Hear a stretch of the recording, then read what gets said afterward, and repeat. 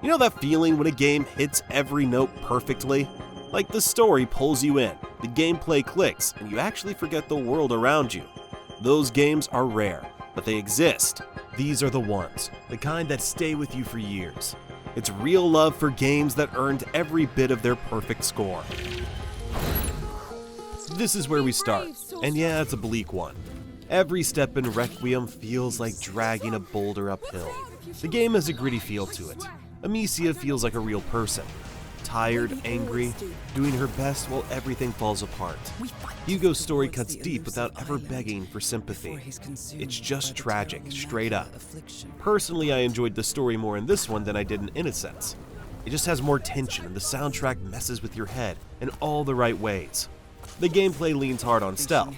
You're constantly juggling light, shadows, and distraction tactics to survive. Not only sneaking, but outsmarting enemies in tense, clever ways. And the rats, bloods of them. It's like a furry horror show that won't quit. This one's a wild mix of beauty and chaos that grabs you and doesn't let go. Is this true? Clair Obscur looks like it fell out of a painting and landed in a fever dream. Set in a surreal French-inspired world, the game follows the last members of Expedition 33 as they try to break a curse that's wiping out humanity, literally erasing people from existence, 1 year at a time. It's a turn-based RPG, but it doesn't play like one. Every attack and defense is active. You aim spells, dodge in real time, and react fast. Almost like it's part shooter. It's flashy, tactical, and weirdly intense for a turn-based system. Visually, it's unreal. Think Bloodborne meets Disco Elysium, with a dash of Persona flair. The enemy designs are twisted, the world is haunting, and the music leans hard into the dramatic. Expedition 33 has serious Game of the Year potential if it sticks the landing. There's nothing else like it right now, and that alone makes it worth keeping your eyes on.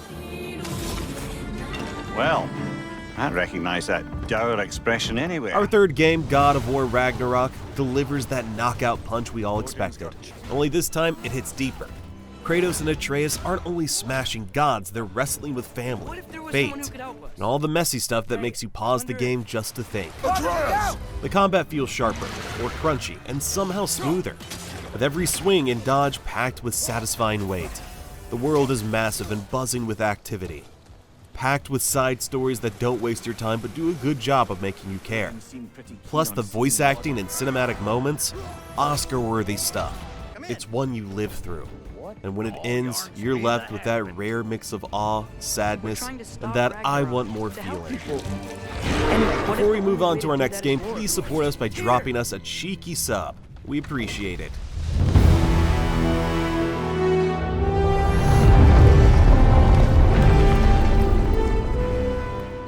Alright, don't sleep on the next one because Sleeping Dogs is like a kung fu movie you want to stay awake for. The hand-to-hand combat is pretty hilarious in this one, making every fight feel like a choreographed brawl. Driving is a blast too, with streets that feel packed and nail the Hong Kong vibes. The story and acting is what makes this game great. It's emotional and extremely well written for an open world game. You're an undercover cop stuck between two worlds, and the game nails that tension without ever feeling preachy. Plus, the side missions and random encounters keep things spicy, because who doesn't want to crash a wedding or chase down a criminal on a motorbike? Sleeping Dogs both asks you to play and drags you into a vibrant city that feels real, dangerous, and totally immersive. There's a reason people are still talking about this one. You know, you see these 10 out of 10 game lists and you think, man, I'm not sure any game is truly perfect. Well, maybe this next one gets close, because Celeste is precision platforming at its peak. You play as Madeline, climbing a mysterious mountain while battling not just brutal terrain, but her own inner demons. It's tight, fast, and unrelenting. Every jump, dash, and wall grab has to be perfect. And when you fail, it's instant restart, zero downtime. Celeste tells a deeply personal story without ever slowing the pace.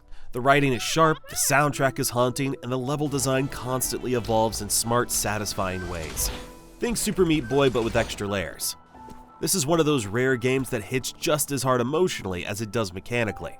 If you want a game that'll test your reflexes and leave a mark, Celeste is essential. You okay there? You start this game robbing a train. Then you blink, and you're bathing in a wooden tub while arguing with a guy named Lenny in a saloon. Red Dead Redemption 2 is massive, moody, and weirdly obsessed with detail. You play Arthur Morgan, a gruff outlaw with a conscience, slowly watching the world change and your gang fall apart. It's not a quick ride. You'll spend hours hunting elk, brushing your horse, or getting into fistfights because someone didn't like your hat. The writing, top tier. The acting, film level. The world, insanely alive. You can ignore the main story for 40 hours and still come back to something better than most games' endings. And when the story does hit, it hits like a train. This isn't just cowboys and gunfights, it's one of the most detailed and human open worlds ever made. Also, yes, you can pet the dog. You wake up on a space station. Aliens are loose. You're probably being lied to, and your only weapon is a wrench and a glue gun. Prey kicks off like a sci-fi nightmare and keeps the tension wired the whole way through. Talos 1 is one of the best designed settings in gaming. Part luxury hotel, part corporate hellscape, now crawling with shape-shifting monsters that can turn into coffee cups. Paranoia, constant. Ammo, rare. Choices, everywhere. The game doesn't hold your hand. Every system feeds into another, and the freedom is ridiculous. You can break Prey wide open if you're clever enough. It's smart, stylish, unsettling, and criminally slept on. This is the closest we've gotten to System Shock in years, and honestly, it might be better. You make every shot count. Playing Joel and Ellie's journey feels like riding a raw, emotional roller coaster. It's gritty, messy, and hits you right in the gut. The world's harsh, and the people you meet are even harsher. You'll sneak, craft, and fight your way through tough spots. But the story grabs you by the heart. The characters don't feel like game characters. They feel like real people with real struggles.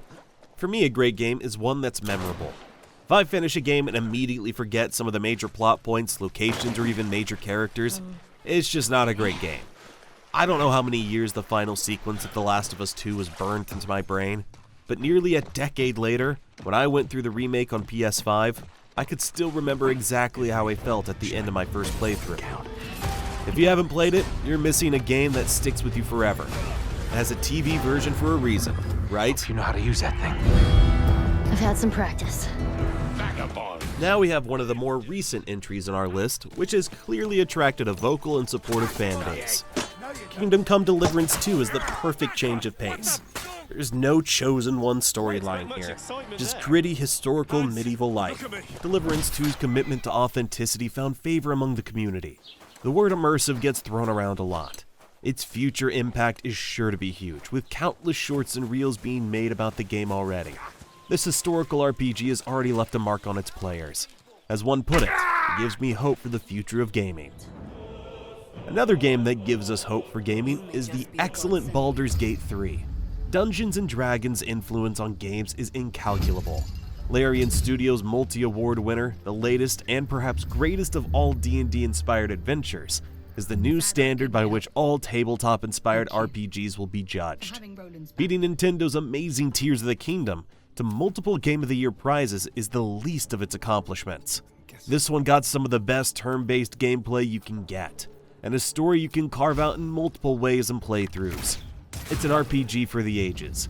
Actor Neil Newbin, who plays the unforgettable Asterion, rightly points out that its depth of interaction, romances, and also friendships, storytelling, and freedom have legitimized games as an art form. Let us know if you agree in the comments. Fun fact, Skyrim actually arrived the same year as Game of Thrones, and Bethesda Studios' open-world role-playing game was every bit as important in bringing high fantasy drama to a mainstream audience. 14 years later, it's still one of the most talked about games. For many players, it remains the pinnacle of swords and sorcery adventurer.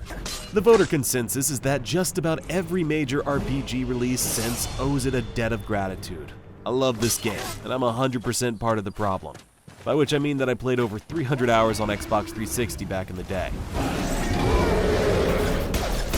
I've got to admit something. I actually didn't play through the Mass Effect trilogy until the Legendary Edition came out in 2021. I tried a few times to get into the first game back when it originally released, but it just never clicked for me.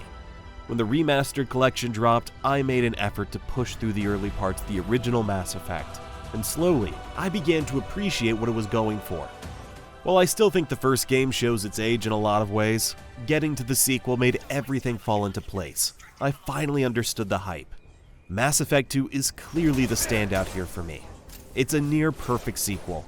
It takes everything the first game established and elevates it. Characters, world building, tension, everything. The story is gripping. The characters are written with real depth, and that ending, incredible. I know opinions differ, but for me, Mass Effect 2 stands as the high point of the entire trilogy. Alright, let's talk about Doom Eternal, a game that crashes in with relentless energy, throwing you into a whirlwind of fast-paced, high-octane combat. It demands constant movement, precision aiming, and quick thinking as you chain together kills with fluid combos that feel incredibly satisfying. Each level is designed with verticality and hidden secrets, making exploration just as rewarding as the intense battles. Players take on the role of the Doomslayer, battling hordes of demons with an arsenal of devastating weapons. The soundtrack is a thunderous blast, perfectly syncing with the chaos and driving the adrenaline through the roof. If raw, relentless energy is what you're after, this game delivers in spades. Resident Evil 4 is one of the best action titles of the modern era. Capcom was able to preserve the spirit of the 2005 original, but successfully modernize elements of its design, updating the plot, artistic direction, and structure to make it more palatable to players joining the series in 2023. With its slick, claustrophobic combat and stunning set pieces, RE4 Remake is absolutely worth your time and attention. The debate is out for which remake in the Leon Kennedy trilogy is the best. I'd say right now, that one's probably tied with RE2. They're quite different games though. Resident Evil, man. Gotta play them all. Sekiro doesn't care if you played Souls games before. It doesn't care if you've beaten 5 bosses in Elden Ring without taking a hit. Sekiro will humble you in seconds, and weirdly, you'll thank it.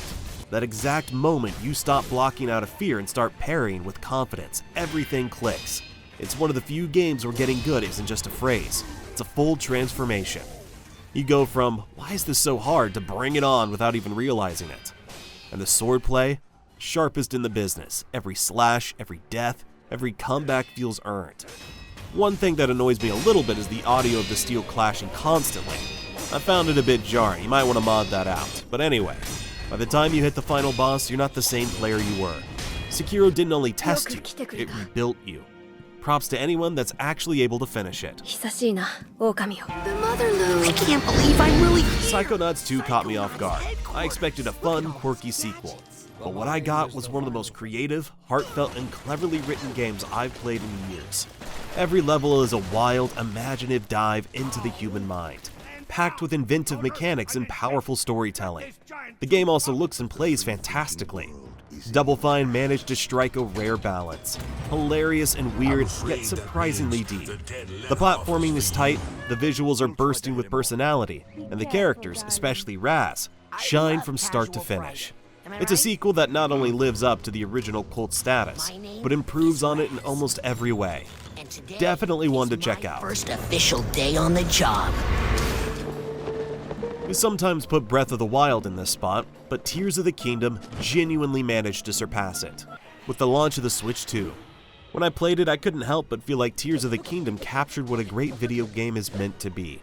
It's overflowing with creativity, packed into a tiny Switch cartridge, and somehow manages to be both deeply entertaining and emotionally nostalgic. Few games in recent memory have brought back that childlike sense of wonder the way this one did. Link's new abilities completely transform how you approach puzzles, opening the door to endless possibilities. The story has more weight this time around, and the expanded Hyrule is a joy to explore. It's hard to put into words just how rewarding the experience was. Those 95 hours flew by, and I'm already itching to return and see what I missed the first time.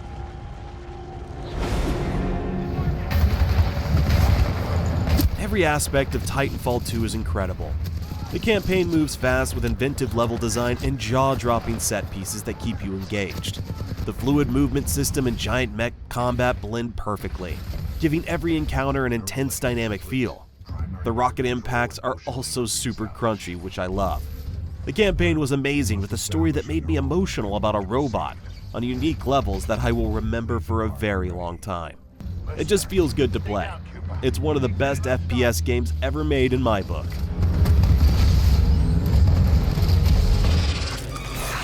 Ori and the Will of the Wisp is a straight-up 2D masterpiece that slaps from start to finish.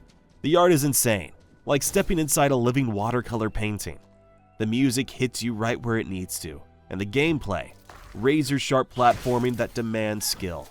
The world is pretty huge too, loaded with hidden secrets, and the story packs punches that go way above its weight.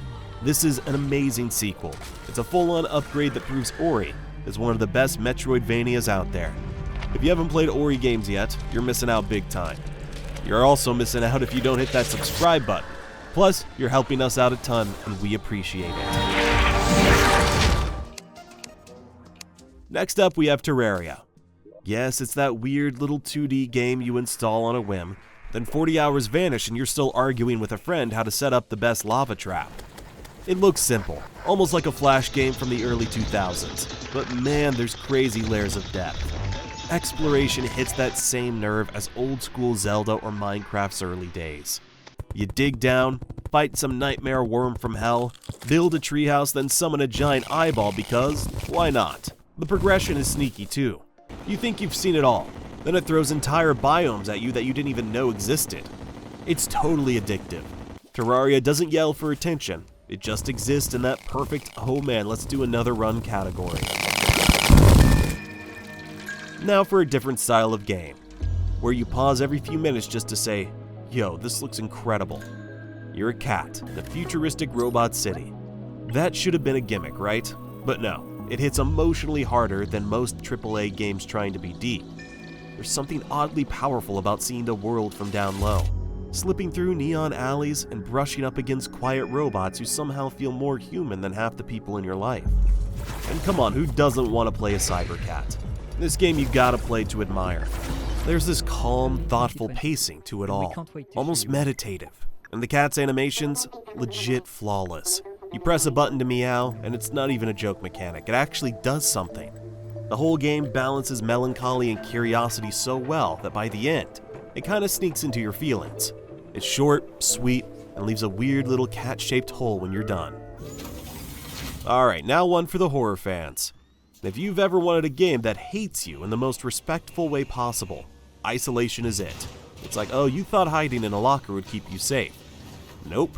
This is survival horror turned up to 100. You make a mistake even once and it's game over. There's no shotgun to save you, no overpowered upgrades, just fear. And what I love is it's the kind of fear where, once you survive a section, you have to physically unclench your entire body. Doesn't that sound like fun? And the sound design, unmatched. That hiss, that sudden beep from a motion tracker, gets under your skin. Isolation feels like Alien the movie. That slow burn dread, that retro future aesthetic. This game delivers something you don't really get anywhere else.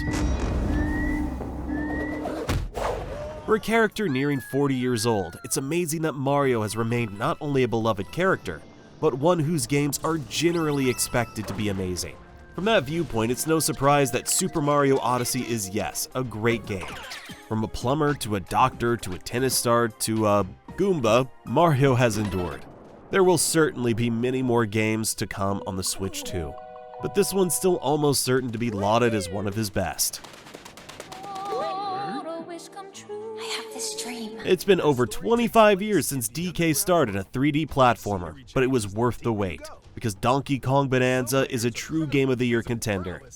This new DK is a fresh take on classic platforming that instantly hooked me. It combines vibrant levels with tight controls and fun, fast-paced action. The nostalgic vibe hits just right, but it also brings enough new twists to keep things exciting. It's a solid addition to the Donkey Kong lineup and a blast to play through. Donkey Kong Bananza is one of the most unique and immensely enjoyable games in recent memory. Plus, behind its chaotic, open-ended gameplay and incredibly imaginative worlds, you'll find a lot of heart. I'm plowing now. You don't need a trailer. You don't need a pitch. Good. It's The Witcher 3. This is the game that shows up in every best of all time list and somehow still deserves to be there. It's the one your mate won't shut up about, the one that keeps you reinstalling, the one that actually lived up to the hype. Look. What makes it a classic? It's the way you can lose a whole evening just wandering through the woods, chasing some cursed spirit, and come out of it feeling like you just watched a full season of prestige TV. It's how even a throwaway contract ends up being some emotional gut punch.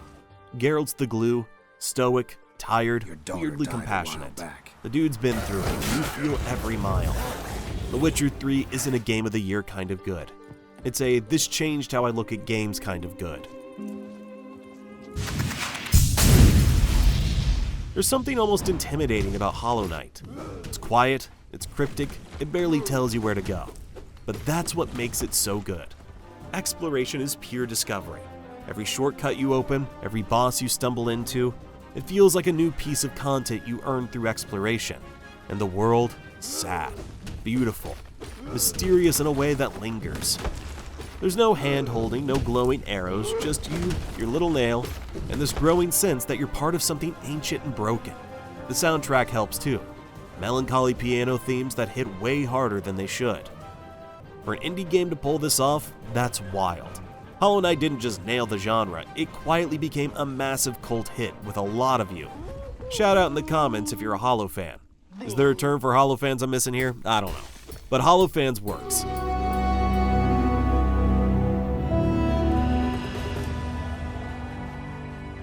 Let's turn our attention to something that has a lot of fans, and that's the Horizon series. There's a lot that could have gone wrong here.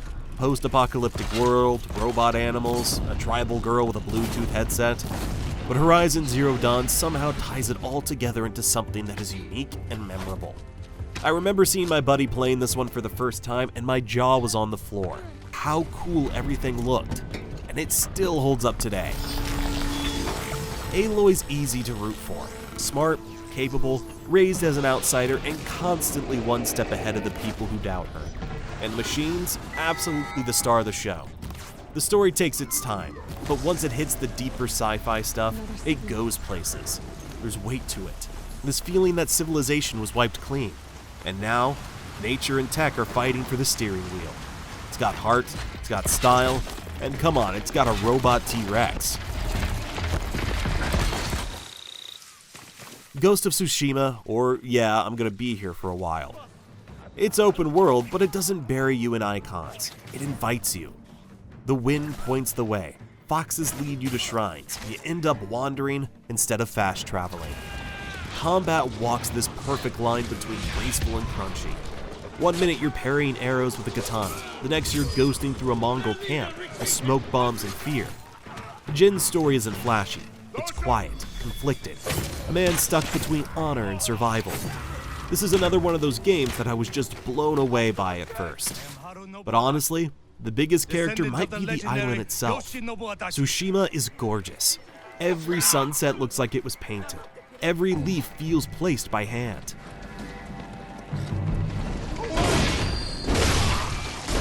There's just something about Bloodborne.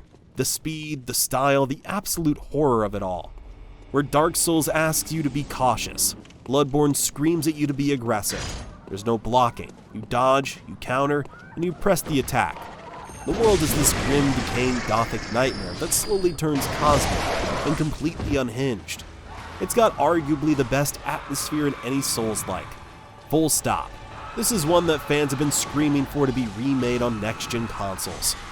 The way it messes with your expectations, the way it drip-feeds you lore, it's brilliant. At least we have the Dustbloods coming on Switch 2, which I think is meant to be the Bloodborne sequel, but we'll see what happens. Guys, I hope you found this list helpful. Please leave a like and subscribe. Appreciate you watching, and check out our next video on screen. See you later.